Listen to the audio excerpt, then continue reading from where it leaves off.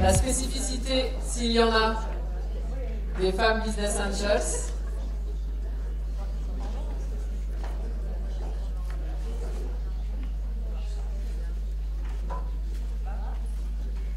donc je vais accueillir Manon Desmarais, qui est représentante de Ange Québec, et toi, tu es vice-présidente, c'est ça, maintenant tu es vice-présidente de Ange Québec. Ghislaine Torres, qui est en co-charge de Femmes Business Angels, et Véronique Bedel, qui a aussi un parcours d'investisseur et qui actuellement fait partie de Business Angels et d'Angela, hein, toujours. Je ne sais pas si... Bon.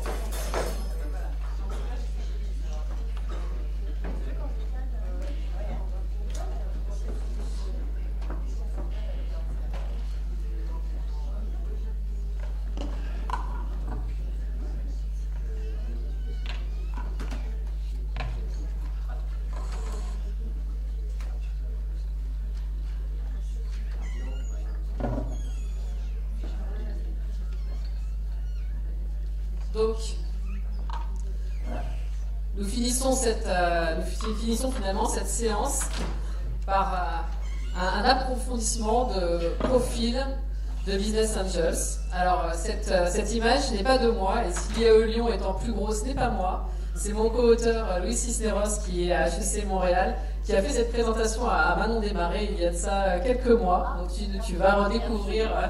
Je vais mettre un petit peu...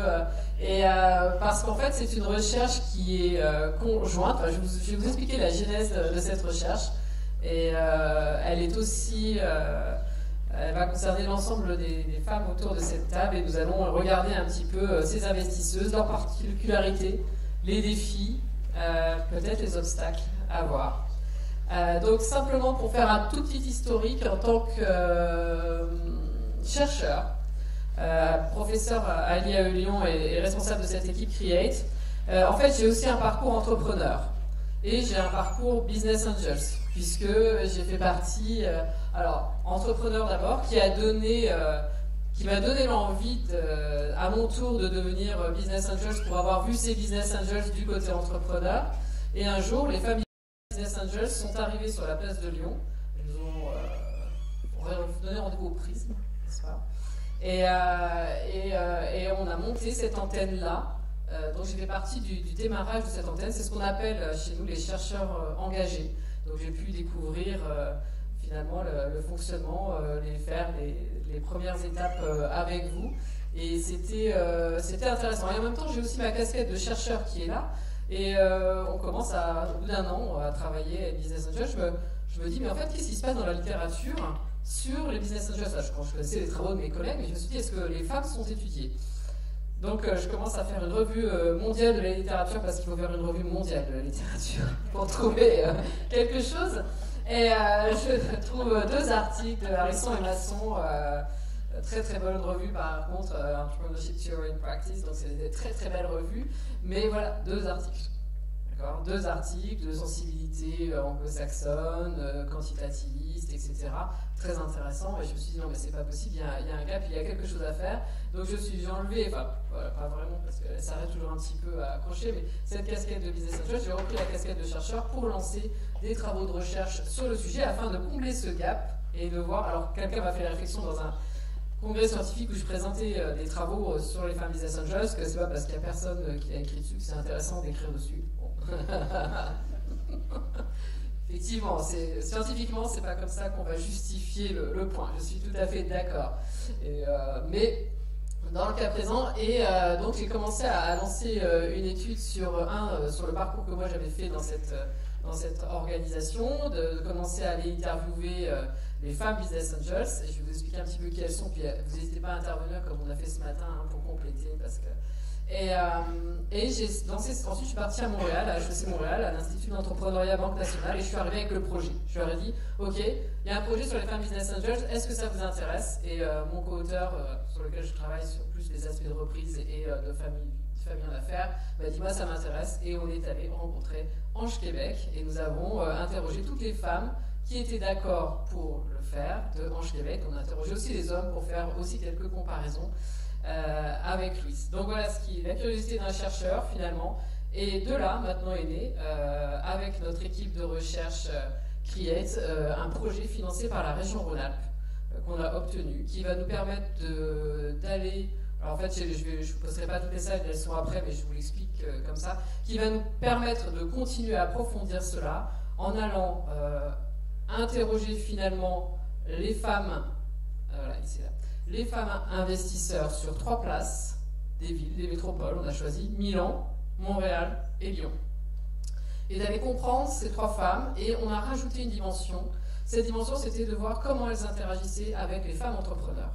Parce que même si Femmes Business Angels se défend d'être un club de femmes qui fait de la dermocosmétique, de la garde d'enfants voilà, et effectivement que des projets féminins. Non, c'est un club de business angels tout à fait classique, qui ne va pas forcément favoriser les femmes. On va voir qu'il y a quand même des pistes d'interaction fortes sur les femmes et le côté être capable finalement d'avoir une exemplarité et de faire que des femmes se lancent dans cette histoire.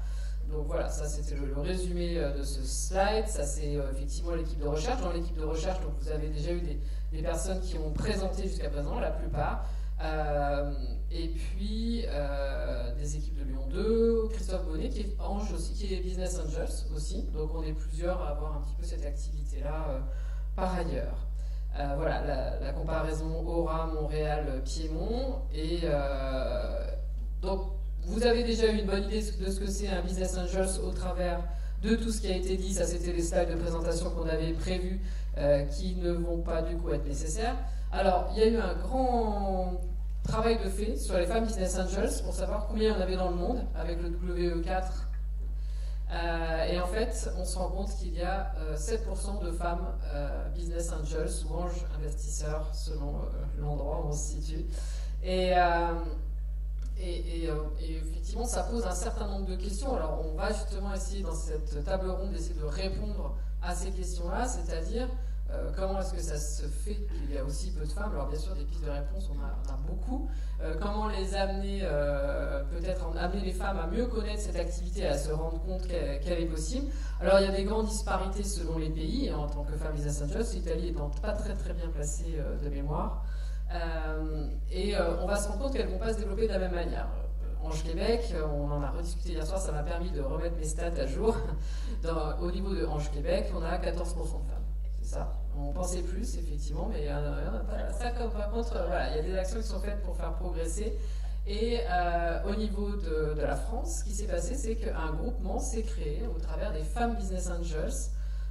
Au départ, c'était les alumni d'HEC Paris qui ont créé ce club. Elles faisaient déjà partie de club de Business Angels. Elles ont souhaité créer ce club. Alors, un certain nombre de raisons, elles ne se sont retrouvées pas dans les clubs de Business Angels dont elles faisaient partie.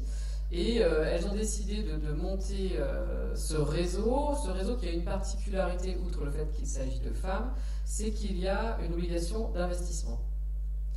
Ce qu'on ne va pas retrouver, comme expliqué Gilles Asselon tout à l'heure, dans les autres types de clubs. C'est-à-dire que si vous rentrez chez les Femmes Business Angels en France, vous devez investir au minimum temps, vous engager sur une fourchette d'investissement sur les 2 ans. Donc ça, c'est vraiment une spécificité. C'est quand vous pitchez auprès de ces femmes, vous êtes sûr qu'en face de vous, il y a au minimum X milliers d'euros qui peuvent être attribués ou pas, mais en tout cas, vous avez cette possibilité-là. Donc elles sont aujourd'hui, Gisèle, on en a discuté, combien vous avez en moyenne, il y a 500 projets, 400 projets qui arrivent sur la table par an. On en retient, il y a un certain nombre d'étapes, on en retient quoi, 60, et financement 30, 40, c'est un peu moins. Et tu me disais en volume financier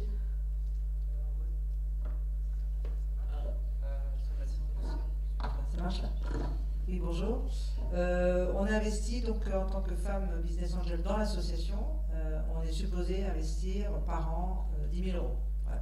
Donc, ça fait, on est 140. Donc, mais combien vous avez investi dans ce là, tu m'avais dit là, en argent L'année dernière, je crois que c'était 1 million, 1 million 2, 1 million 3. Voilà, sur les différents projets qui peuvent être présentés. Alors on a constaté que quoi qu'il en soit, quel que soit le pays, j'ai pas les résultats sur l'Italie, on n'a pas commencé l'étude en Italie. La notion de réseau est réconfortante et de formation. Les femmes vont être attirées par la notion de réseau dans l'investissement parce qu'on va mutualiser des compétences sur l'analyse des projets. Alors les hommes aussi, dans la littérature, il est dit que les hommes aussi vont aller sur des réseaux pour ça, mais c'est peut-être, comme on a peut-être plus de barrières à l'entrée sur l'acte de financement en amorçage qui est particulièrement risqué, le fait d'être en réseau, d'être formé, alors on verra sur Orange Québec les dispositifs de formation, Business Angels aussi à des modalités de formation qui vont accompagner le jeune Business Angels, entre guillemets, les premières étapes de la personne qui devient Business Angels pour arriver à faire un investissement qui soit en tout cas dans la ligne qu'elle pourra s'être fixée. Alors, concernant le Québec, Manon, c'était les chiffres. Tu as maintenant, au niveau d'Ange Québec, il y a un groupe de femmes. Oui, absolument. On a créé à l'intérieur de, sans que ce soit un groupe d'investissement séparé, mais plus un groupe d'influence, si on veut, qu'on appelle investissement au féminin.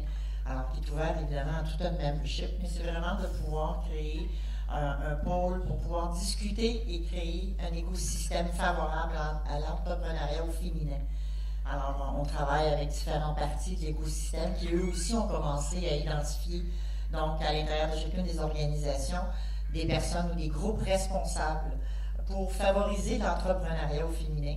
Chez nous, évidemment, c'est surtout le côté ange, mais aussi, éventuellement, pour créer un groupe de mentors féminins pour mieux accompagner l'entrepreneuriat féminin. Donc, c'est dans ce sens-là qu'on a créé notre groupe. Parce qu'au début, moi, je me souviens, quand j'avais fait ma recherche, il était question de se dire, est-ce qu'on fait un groupe à part de femmes investisseurs? Et là, les avis étaient plus que partagés. Très, très partagés, parce qu'on trouve que la diversité à l'intérieur d'un investissement est très intéressant.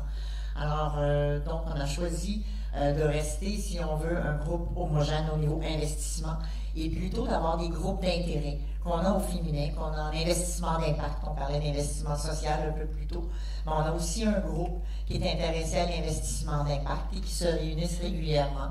Donc, pour favoriser l'apprentissage aussi et évidemment, éventuellement, l'investissement dans ce type d'entreprise.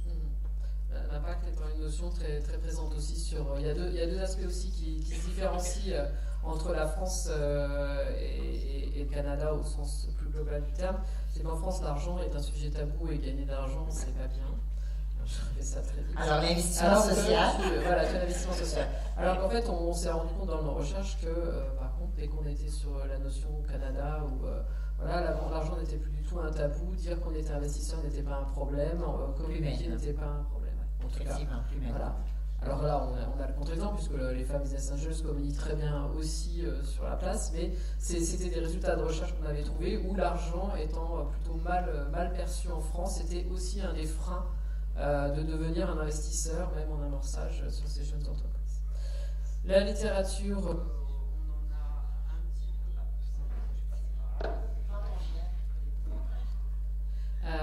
on en a un petit peu parlé, je vais juste aller sur les points essentiels pour pas faire perdre de temps par rapport au temps qui nous reste. Donc voilà, la notion de réseau, ça je vous l'ai dit, ce qu'il était important pour une femme d'appartenir à un réseau. Et dans le monde, les réseaux féminins étaient bien sûr plus petits que les autres, et il est clair que quoi qu'il en soit, par exemple, la plupart des réseaux de Business Angels sont quoi qu'il en soit mixtes, indépendamment. Tu veux intervenir? Parce qu'on n'est pas si petite que ça. Hein. Non, mais je parle pas de... c'est pour ça que j'ai précisé dans le monde. Mais en fait, alors, les femmes Business Angels sont 150. Voilà. Et on est, je crois, la deuxième plus grosse association de Business Angels en France, donc c'est plutôt jeune. Ouais. On peut constater que les résultats, quoi qu'il en soit, sont là et dans l'investissement et dans la représentativité de ces femmes. Alors que dans les réseaux mixtes, finalement, on a à peu près 5% de femmes. Alors toi, tu étais, bon, ça c'est Angelor, mais tu évolues dans le milieu depuis longtemps et effectivement, vous n'étiez pas nombreuses parce que c'est ça. Voilà. Tu es complètement libre de dire ce que tu as. Quand j'ai commencé en 2012, mon premier investissement en 2012, c'était chez Angelor et je crois bien. Non, dans le premier, on était 2 femmes, mais dans les autres, j'étais un peu seule, on va dire. Au fur et à mesure, on a vu arriver quelques personnes. Et puis, du coup, moi, à un moment donné, quand FBA s'est fondé sur Lyon, j'ai décidé de rejoindre FBA parce que ça me tenait à cœur. Parce que FBA, enfin, je sais pas, ça n'a pas forcément été dit, peut-être. FBA ne finance pas que des femmes, mais néanmoins, 50% des projets contiennent des femmes, ce qui n'est absolument pas le cas dans la plupart des autres projets. Enfin, les autres réseaux de business angel. Et je pense que je peux le. C'est pas difficile. Donc, voilà. Donc, et c'est une des raisons pour lesquelles moi je tenais à rejoindre FBA, parce que je pense que les femmes ont une autre approche de la création d'entreprise et idéalement, je pense que c'est bien d'avoir des fondateurs qui soient mixtes. Un groupe mixte, ça permet d'aller plus loin avec des profils qui sont complémentaires. Voilà. Je ne sais pas si Marie-Christine va nous poser la question pourquoi les femmes business angels se regroupent-elles. Vas-y. Non, je la pose.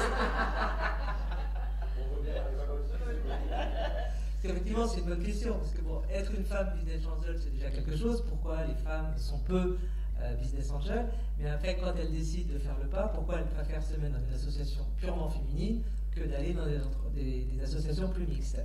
Je vais répondre pour ce qui me concerne, mais je crois que c'est vrai de la plupart de mes collègues de femmes business angel, et c'est aussi assez vrai de toutes les femmes qui entreprennent.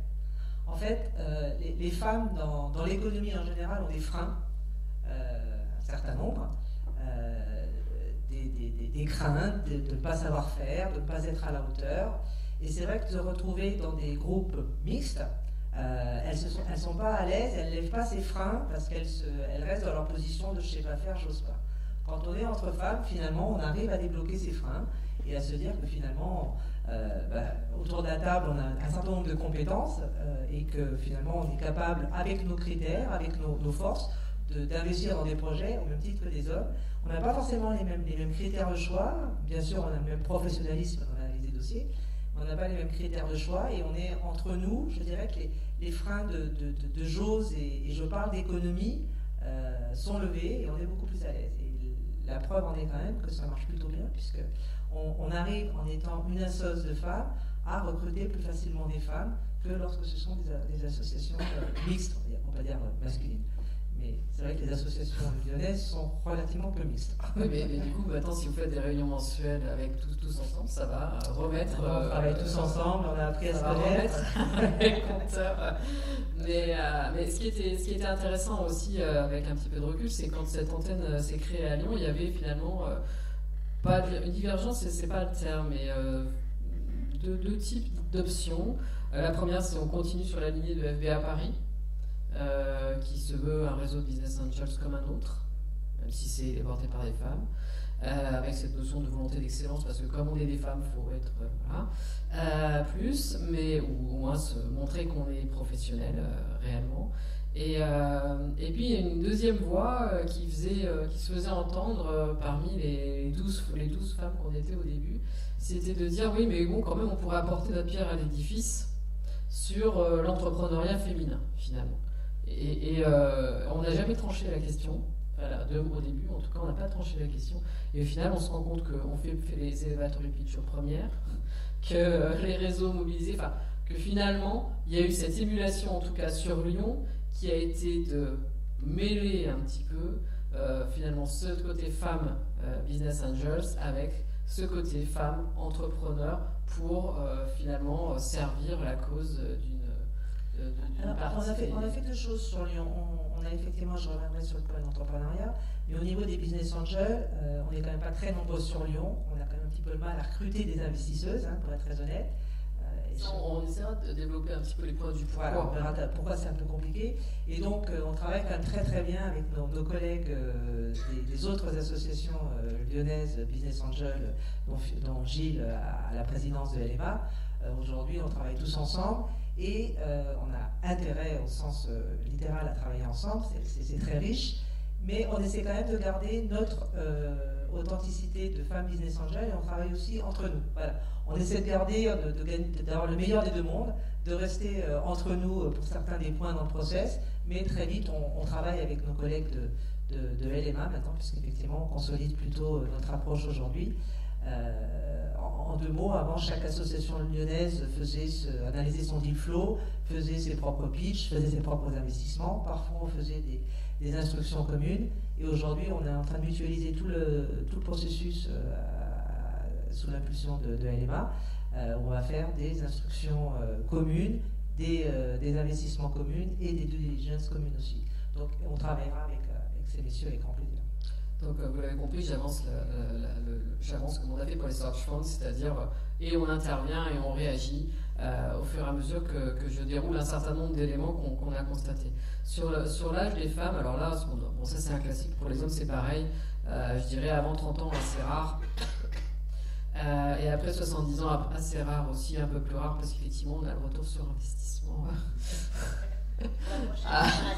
Voilà, et le problème, il y a un problème fiscal en France, c'est que la prochaine génération, si on n'a pas bien préparé et qu'il y a un portefeuille important, ça peut être compliqué à transmettre. Donc certains vont arrêter justement parce que le problème de transmission va se faire, ce qui n'est probablement pas le cas pour vous. Et vous avez pour nous, parce que vous savez ce qu'on a fait, nous on a Ange Québec Junior.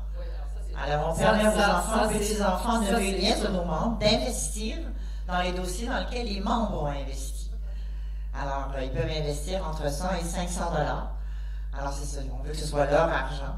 Donc, ils ont tout un programme de formation et d'apprentissage à l'investissement et à la gestion de leurs actifs. Dans les bonnes pratiques, c'est vraiment un des éléments que j'avais noté, valable pour l'apprentissage sur les jeunes générations et aussi valable pour les femmes, parce qu'on a aussi dans ces jeunes... Parce que quand j'ai discuté donc, dans mes entretiens pour cette recherche avec les hommes avec lesquels je me suis entretenu, ils ont des garçons et des filles, et du coup quand il s'agit d'en junior, ils sont toujours ravis que leurs enfants participent en junior, ils ne vont pas faire de différence entre garçons et filles, du coup en général si le frère y va, la sœur y va aussi, à quelques exceptions près, et donc ça fait une formation dès le plus jeune âge sur le fait que voilà, c'est une activité comme une autre. Il y a plus de 45% des jeunes qui sont des femmes. Voilà. Et une différence qu'on va trouver de manière atténuée en France, c'est le family office.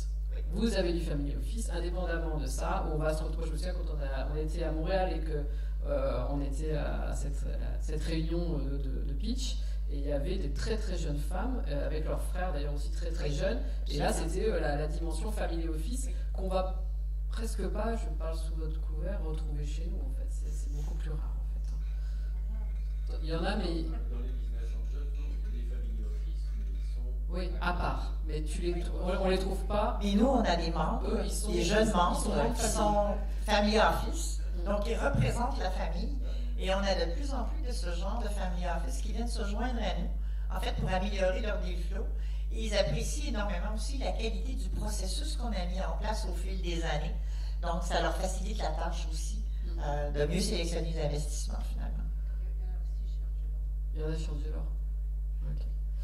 Mais ça fait partie quand même des particularités. Le profil des femmes, en tout cas quand j'ai été interroger les femmes business angels, elles ont une moyenne d'âge plus jeune que les hommes. Pas forcément de beaucoup, mais ça va faire une différence. Ça va faire une différence sur la manière d'appréhender les dossiers, où on va mettre, indépendamment de des aspects féminins qu'on pourrait mettre en avant, mais on va plus aller regarder le marketing digital, un certain nombre d'éléments comme ça, sur lesquels ces femmes-là sont plus familières, et sur lesquels elles sont plus sensibles aussi. Oui, aussi, ça, voilà, c'est des points aussi que l'on va retrouver. Elles sont encore en activité. Exactement. C'est toujours le cas. elles sont encore en activité. On retrouve 3 catégories assez classiquement. Des femmes qui ont eu des très gros postes dans des domaines. Je veux dire, c'est là où on se dit qu'on a raté le secteur d'activité dans lequel on voulait rentrer. La pharma, la santé, la banque. Et on en a voilà, 2 exemples parmi nous qui sont pharma, santé, banque. Qu'est-ce qu'on a ? RH. Qui sont voilà, les profils types d'entreprises dont les femmes vont sortir avec voilà, un pack de l'argent pour leur départ et vont se décider d'investir, et celles qui vont revendre leur entreprise, la deuxième point, donc les entrepreneurs qui ont vendu, qui vont réinvestir, et celles qui vont hériter. Voilà.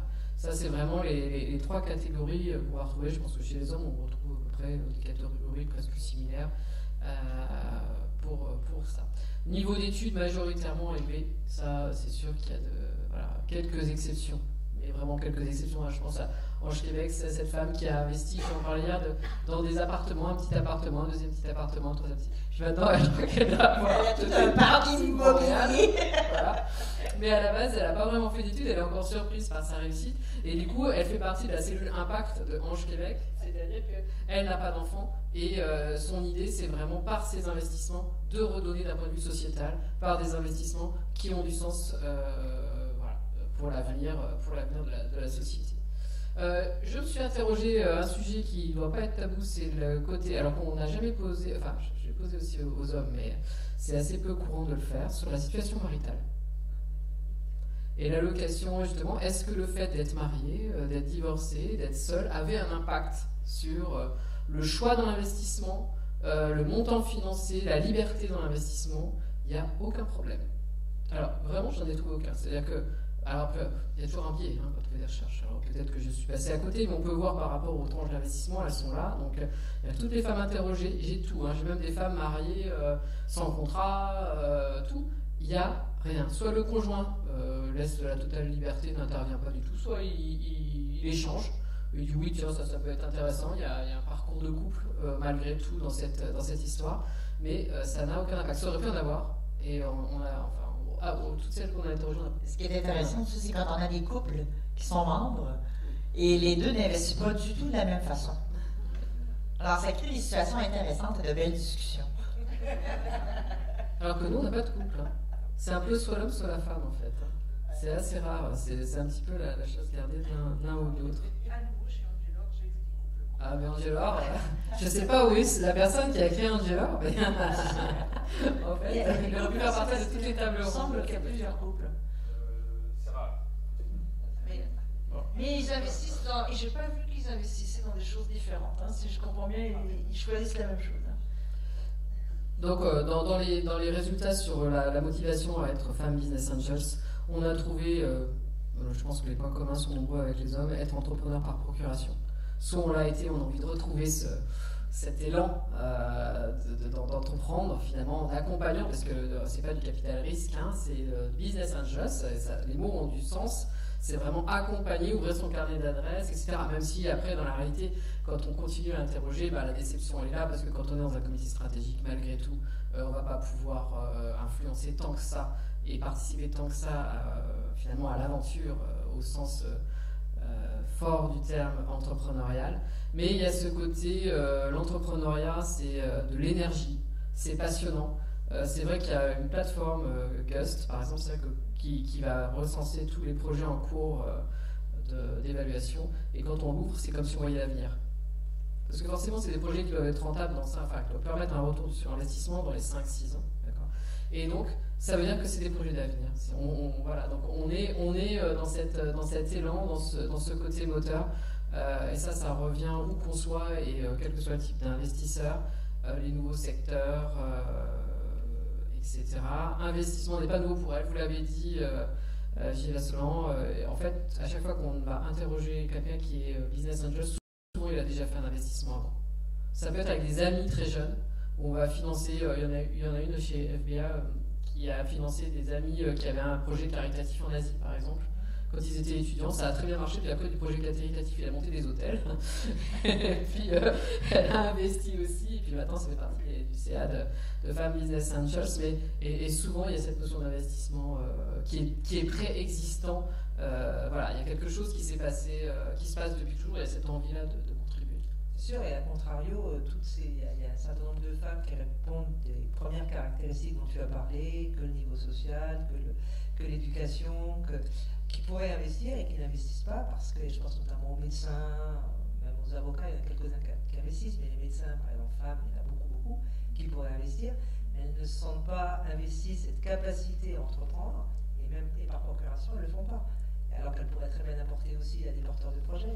Donc il y a tout un panel de professions qui pourraient investir et qui ne se sentent pas investies, en l'occurrence, de cette capacité d'entrepreneuriat. Il y a l'entrepreneuriat, mais aussi la connaissance. Oui, et ils ne sont pas nécessairement au courant de toute la formation et l'accompagnement à l'intérieur des groupes. Et je pense que ça, c'est une chose qu'il faut faire connaître davantage. Et que vous faites. Oui, absolument. On a tout un programme de formation, on est avec 24 différents ateliers à différents niveaux, différentes spécialisations, et de plus en plus, mais il faut le faire connaître encore plus, ce programme de formation et d'accompagnement pour que les gens se sentent à l'aise de venir. Et chez nous, il n'y a pas d'obligation d'investissement. Alors du coup, finalement, puisque j'ai mon panel, là, mes 3 panels, dites-nous pourquoi chacune vous avez décidé d'être Femmes Business Angels. c'est la plus gradée. Ah non, c'est Manon. Alors la plus gradée, c'est Manon. Vas-y. Donc moi j'ai commencé en 2012 donc, chez Angela, et j'ai commencé chez Angela aussi parce que moi j'avais jamais fait d'investissement. Moi je suis atypique, j'en avais jamais fait. J'étais cadre sup dans l'industrie pharmaceutique et je suis partie et j'avais un gros chèque et je me disais je vais monter ma boîte, mais je savais pas trop de quoi, et au bout d'un moment je me suis dit je vais regarder ce que font les petits jeunes parce qu'eux ils ont plein d'idées, donc voilà. Et j'étais chez Angela parce que j'aimais beaucoup l'idée. C'est un peu spécial parce que ce sont des sociétés d'investissement mutualisées de business angel. Le principe, c'est on est plusieurs, on met tous un montant. Alors du coup, l'engagement là est obligatoire. On met un montant dans un pot commun. Et ensuite, on se réunit en comité d'investissement. Donc il y a ceux qui participent, ceux qui ne participent pas. Ça dépend de ce qu'on veut faire. Et on peut décider et on mutualise. Donc on a une somme qui est beaucoup plus importante que son propre montant, on mutualise ensemble et on investit dans une dizaine, entre 8 et 10 sociétés. Ce qui fait qu'on se dit, vous connaissez tous les stats, beaucoup vont plonger, sur les 10 en général il y en a 7 qui vont plonger, une peut-être qui réussira très bien, puis quelques-unes qui vont stagner. Donc on se dit, si ça marche bien, et ensemble on a une vraie expertise de plusieurs choses. On choisissait les projets. Donc c'est comme ça que moi j'ai commencé. Après un certain temps, je me suis dit, je voudrais voir plus de femmes. Et c'est comme ça que j'ai rejoint FBA. Et moi, mon envie, c'était un peu par procuration. Et aussi pour payer un peu moins d'impôts. Oui, parce que l'argent est quand même présent. Là, on parle de beaucoup bien sûr, le retour sur investissement existe. Moi, mon premier investissement, j'étais cadre dans l'industrie aussi, donc j'avais investi dans ma propre boîte. Mais là, c'était un investissement vraiment par procuration. Après, j'ai investi dans ma société, puisque j'en ai racheté une. J'ai repris une entreprise en 2005, que j'ai vendue en 2016. Donc voilà, premier investissement qui a plutôt pas trop mal marché. Donc j'avais confiance effectivement dans l'investissement entrepreneurial. Et je continue à investir donc, depuis que j'ai vendu dans des PME. Traditionnelle que les startups. Et je suis arrivée à la startup un petit peu par hasard. D'ailleurs, je m'étais invitée une soirée, Elema, voilà, par hasard. et j'ai découvert donc il y a 3 ans ce monde de la startup. Et donc, c'est un monde que j'aime beaucoup parce qu'il est très très riche et c'est la France qui gagne, comme je dis souvent. Et j'investis aujourd'hui dans des startups comme j'ai investi dans des PME. Parce qu'effectivement, je suis d'un profil un peu contrôlant et j'aime bien, quand j'investis mon argent, avoir un peu la mainmise dessus. Donc quand on investit dans une start-up, malgré tout, on choisit les porteurs de projets, on étudie les dossiers, donc c'est pas d'argent qu'on donne à son banquier qui va investir dans une myriade d'entreprises pondérées par je ne sais quels critères, et vous ne savez pas très bien ce qui va faire que ça gagne ou pas. Là, bon, vous avez un peu l'impression de participer de l'aventure du porteur de projet, et c'est quelque chose, moi, qui me correspond bien. Alors, je sais que ce n'est pas gagnant à tous les coups dans une start-up, mais voilà, j'investis de manière raisonnable dans les start-up, on va dire. Ben, pour ma part, moi, je fais du financement d'entreprises en haute technologie, en fait, en start-up, depuis la fin des années 90. Alors, j'ai vécu quelques cycles, n'est-ce pas, les hauts et les bas. J'ai réussi à financer des entreprises qui étaient non finançables, qui sont devenues, heureusement, pour la majorité, de belles entreprises encore aujourd'hui. Étant banquier, ben, je ne pouvais pas investir. Donc, j'ai un problème de conformité. Donc, j'accompagnais par contre les business angels dans le développement des entreprises et dans le financement à différents niveaux. Et je me suis joint comme consultante à Ange Québec dès le début, en fait, comme partenaire. Par la suite, en 2011, on m'a demandé de créer le Centre de formation professionnelle des Anges, parce qu'on réalisait qu'on avait besoin d'accompagnement déjà à ce moment-là. Donc, on a débuté les premiers centres de formation et j'enseigne aux Anges depuis ce temps-là. Alors, sur différents, toujours avec des partenaires et des spécialistes du secteur, mais on organise de 2 à 3 ateliers de formation sur différents niveaux, différents sujets, à tous les mois. Alors, j'ai joint l'équipe permanente il y a quelques années. J'ai décidé de garder ma neutralité parce que souvent, je joue un peu le rôle de médiateur entre les anges et les entrepreneurs. Avec l'expérience que j'amène, l'expérience du groupe, la connaissance de tous les membres. Donc, j'ai joué tous les rôles. J'ai fait de la sélection, j'ai fait du chantier d'investissement avec notre terminologie à nous. J'ai fait de la relation avec les entreprises en portefeuille. Je suis responsable du membership maintenant et des partenariats. Et j'ai développé tout le volet immobilier aussi parce qu'on fait de l'immobilier maintenant depuis quelques années chez Ange Québec. Alors, donc, je garde cette neutralité de pouvoir m'investir autant auprès des entrepreneurs qu'auprès des membres pour mieux les accompagner. Donc, en n'ayant aucun investissement, donc j'ai cette neutralité totale que j'apprécie. Et spontanément, votre premier critère d'investissement? L'entrepreneur. L'entrepreneur. Et l'entrepreneur. Toujours.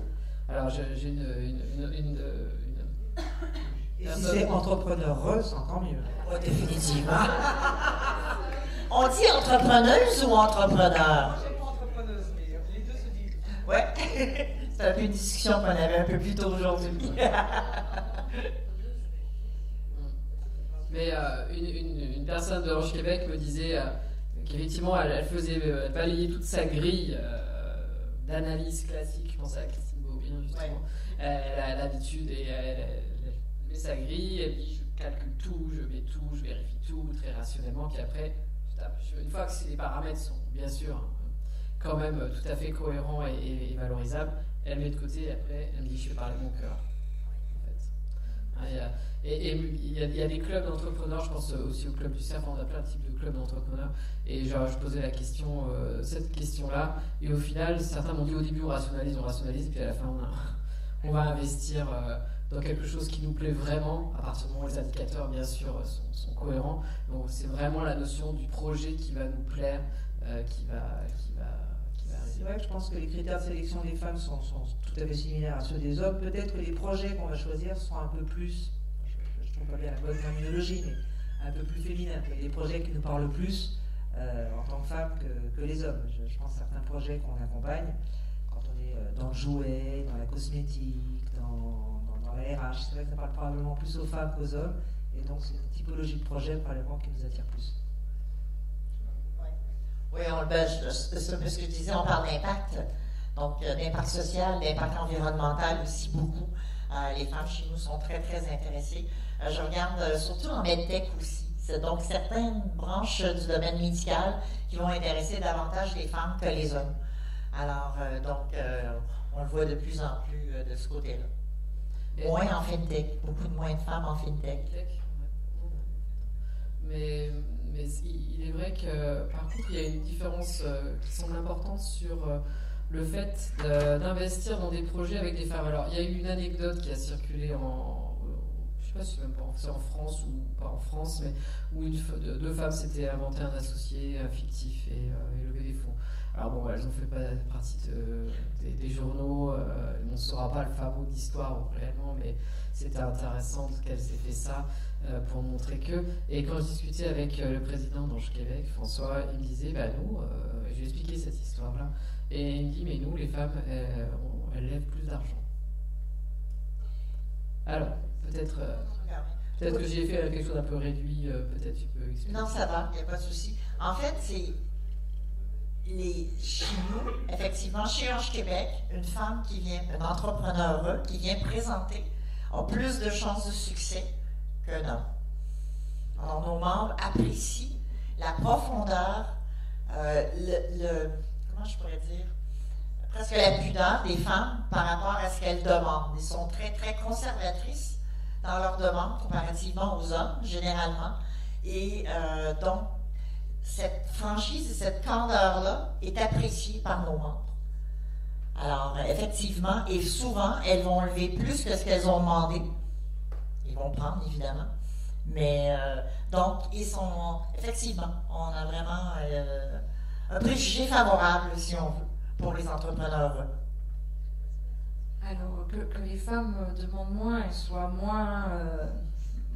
ou elles ne sont pas en train de dire « je vais faire 12 millions dans 2 ans », ça c'est sûr. Par contre, moi, ce que j'ai vécu depuis 2012, c'est que c'est beaucoup plus compliqué pour les femmes de lever. Les exigences et les questionnements sont vraiment beaucoup plus stricts pour les femmes.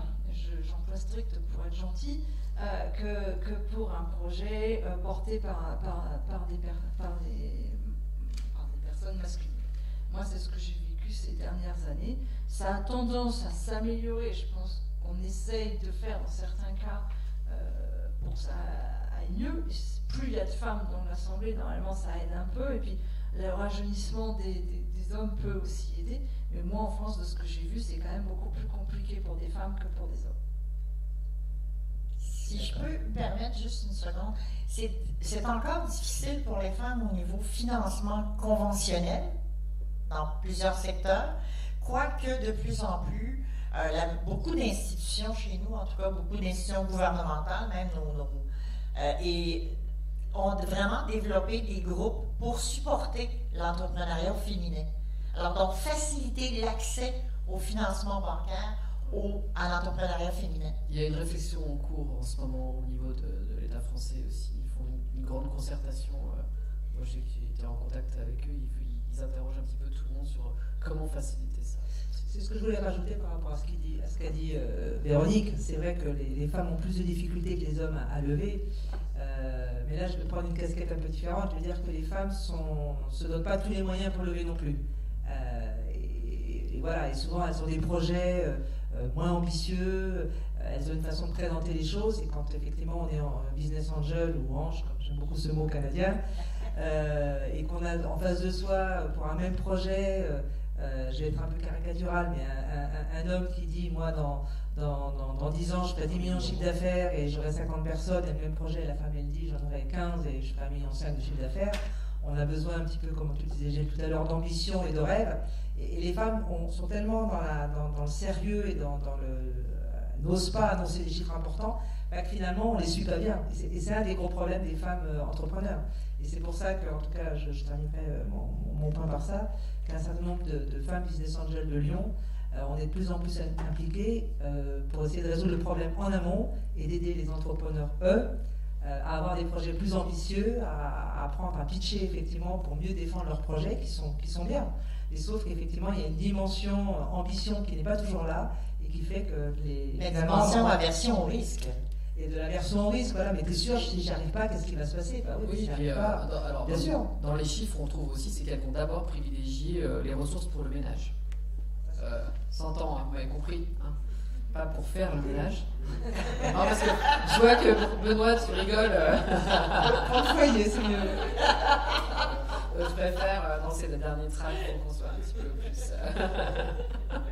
Et de là, donc, les femmes qui viennent présenter chez nous, qui ont des projets avec ambition, une vision, et qui nous présentent des chiffres, donc ont un très grand taux de succès.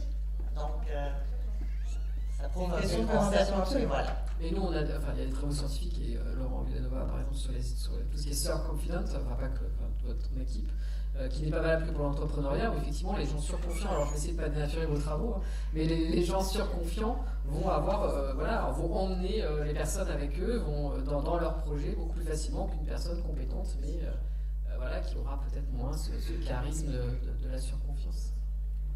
Alors, comment on fait pour attirer plus de femmes? Ce sera ma dernière question, puisque j'ai presque tenu le planning. Tout apport complémentaire que vous souhaiteriez faire est bienvenu. Et comment on fait pour stimuler finalement l'arrivée des femmes dans ce secteur de l'économie finalement?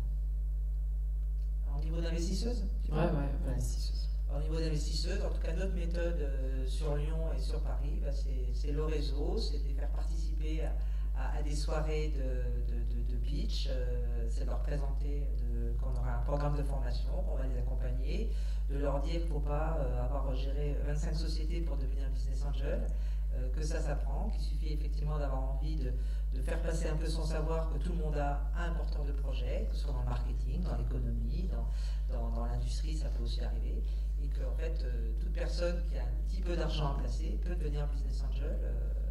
Il n'y a aucune barrière à se mettre en fait.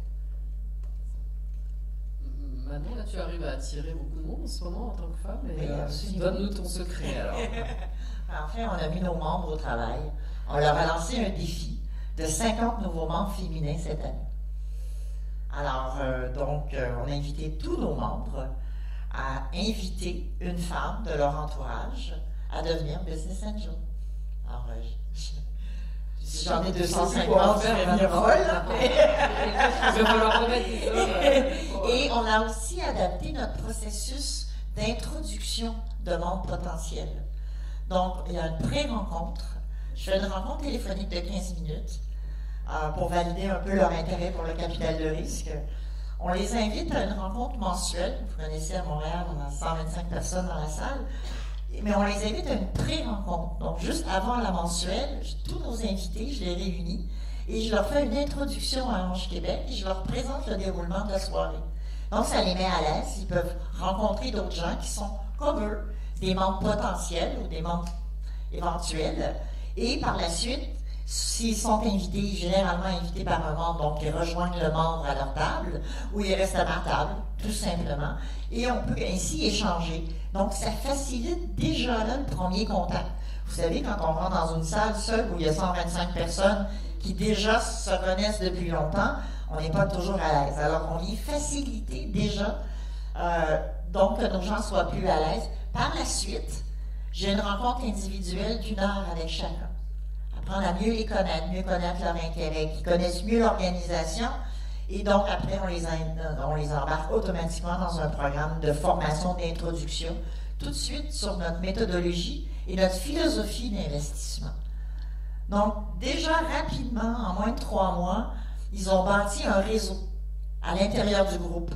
Et pour nous, ça, c'est extrêmement important. Alors, donc, les nouveaux membres étant plus à l'aise, j'ai remarqué que les nouveaux membres m'amènent encore plus de nouveaux membres. Alors, ça se multiplie très, très rapidement.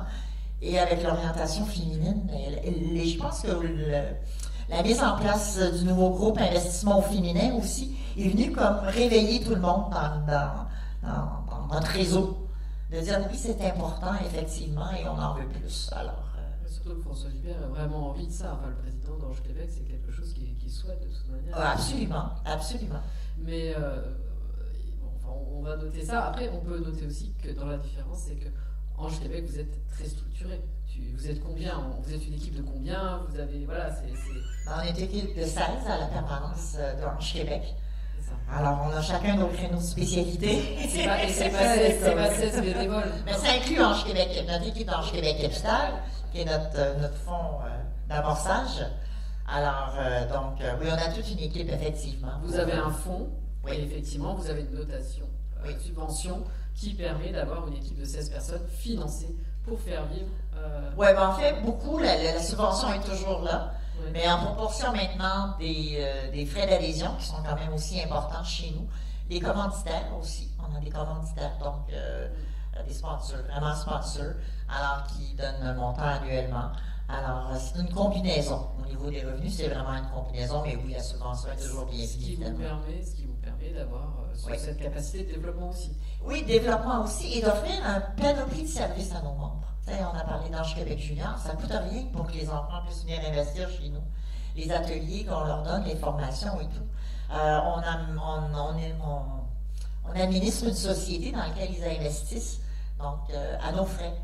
Alors, pour permettre justement ce passage-là. On a aussi les services à la carte pour nos membres. Donc, on parlait tantôt de rencontres mensuelles, de présentations. Les bureaux aussi de mémoire. Ouais. Ils ont accès à des bureaux. Ils ont accès à des bureaux au centre-ville, des salles de conférence. Toutes les entreprises en portefeuille peuvent faire leur assemblée générale chez nous. On favorise la vidéoconférence, les conférences téléphoniques, parce qu'on a des membres partout à la grandeur du Québec et on veut que nos membres participent. Alors, donc, on a une personne maintenant qui s'occupe de la relation avec les entreprises en portefeuille pour faciliter la communication, s'assurer que les membres reçoivent toute l'information, que les rapports trimestriels sont faits et que les assemblées générales sont faites aussi, les assemblées annuelles. C'est nous qui envoyons les invitations aux membres pour les invitations annuelles avec les coordonnées de conférences et tout. Alors, vraiment favoriser la communication, mais ça permet de continuer de mieux accompagner. Au niveau de la gouvernance, c'est simple, parce qu'on a aussi des ateliers sur la gouvernance pour nos membres et pour nos entreprises. Mais ça permet une saine gouvernance, mais ça permet aussi aux entrepreneurs de rester près de leurs actionnaires, parce qu'on sait qu'ils vont avoir besoin d'argent. Moi, je dis toujours à nos nouveaux membres, tu mets $1, tu en mets 2 de côté. Les rondes, on appelle ça des rondes. Les rondes sont prévues en plus. Oui, absolument.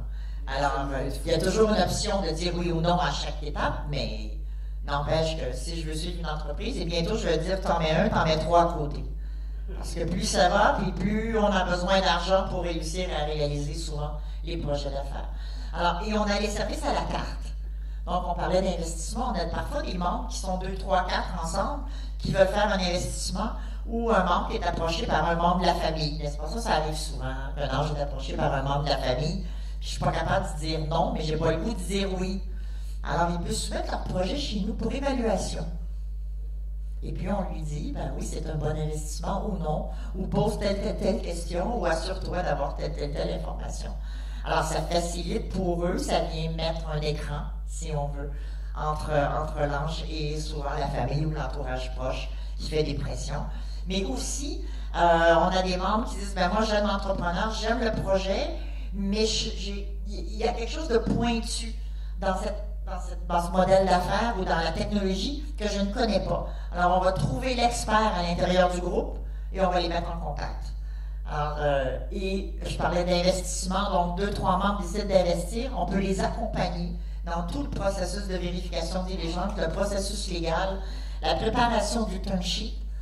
Alors, on a vraiment tout un accompagnement partout et même des heures de service gratuits par nos partenaires, que ce soit en légal, en fiscal, différentes façons. Alors, on a été capable, avec une équipe comme on a, évidemment, avec le temps, de structurer toute une approche globale pour vraiment accompagner, en fait, nos membres et nos entreprises en portefeuille de l'entrée à la sortie. Nous, on est des artisans, côté. Vous êtes ben voilà, c'est les bonnes pratiques. Alors, est-ce que vous avez des questions? Oui. Alors, je laisse les poser comme ça. Non, juste une question. Vous parlez d'un investissement obligatoire en tant que membre de RPA, mais savoir quel était le montant minimum de... Je l'ai dit, 10 000 euros.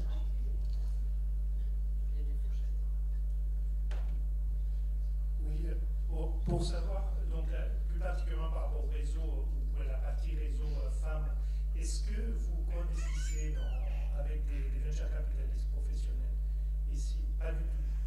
Pas aujourd'hui dans les projets dans lesquels on investit. Et au Québec? Oui, on investit régulièrement. On fait du co-investissement, autant avec des fonds d'amorçage qu'avec des VC plus avancés, dépendamment du stage d'entreprise. On fait du co-investissement aussi avec les fonds universitaires.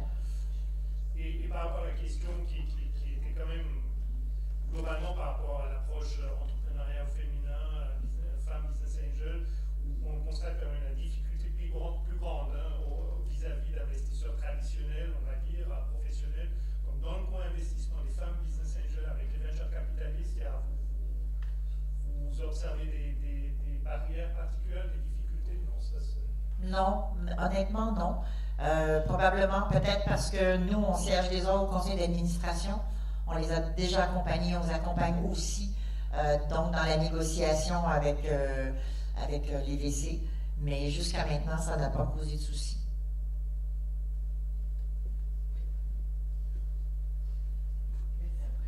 Je vous remercie pour ces interventions passionnantes. Je m'intéresse aussi à l'entrepreneuriat féminin, mais dans l'histoire, au 19e. On se rend compte que déjà au 19e, il y a des femmes entrepreneurs, il y a des femmes qui investissent, et elles ont beaucoup contribué d'ailleurs au développement de l'industrie. Ce dont on se rend compte, c'est qu'au 19e, finalement, la rationalité des femmes est assez proche de celle des hommes. Il n'y a pas vraiment de sphère distincte. Je trouve intéressant de voir que vous regroupez entre femmes. Vous avez évoqué le fait que ça permettait de lever des freins, que éventuellement vous allez vous orienter vers des projets différents. Je voulais savoir s'il y a un projet équivalent, vous diriez qu'il y a une rationalité différente, il y a un impact du genre quand même sur le choix des projets ou non. Je vais répondre en mon nom. Plutôt non, parce que moi j'ai une histoire très industrielle, donc j'aime bien les projets très industriels. Après, au niveau des projets sur lesquels on investit, je pense qu'il y a quand même un impact du genre. Je regarde mes copines de MBA. Tu dis non? Pas pour toi non plus, bon voilà. Bon, tu vois, en fait, on se pose pas vraiment la question. Une toute dernière là. Et après,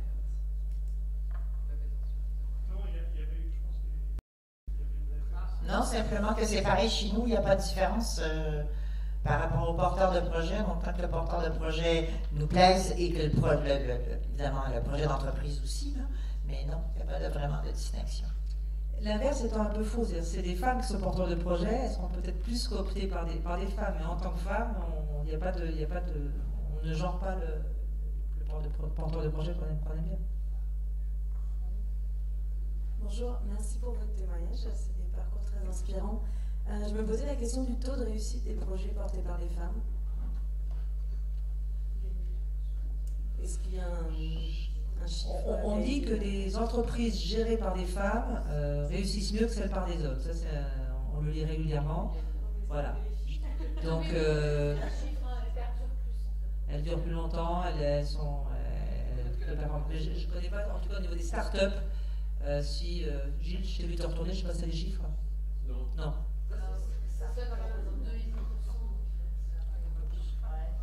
Si elles réussissent mieux, elles devraient être mieux finançables. ça dépend de la valorisation finale. Oui, bien sûr que c'est un argument, bien sûr que c'est un argument. Mais tu as raison, ça dépend de la valorisation, ça dépend du type d'entreprise aussi.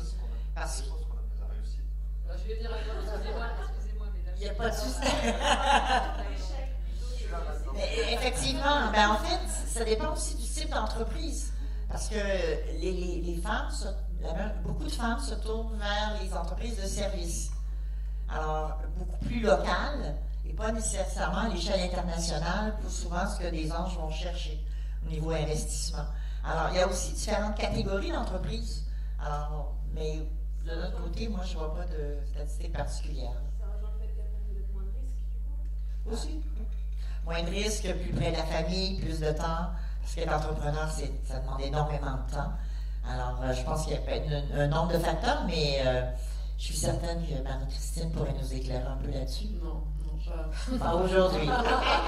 Prochaine étude. Je termine mal Prochaine étude.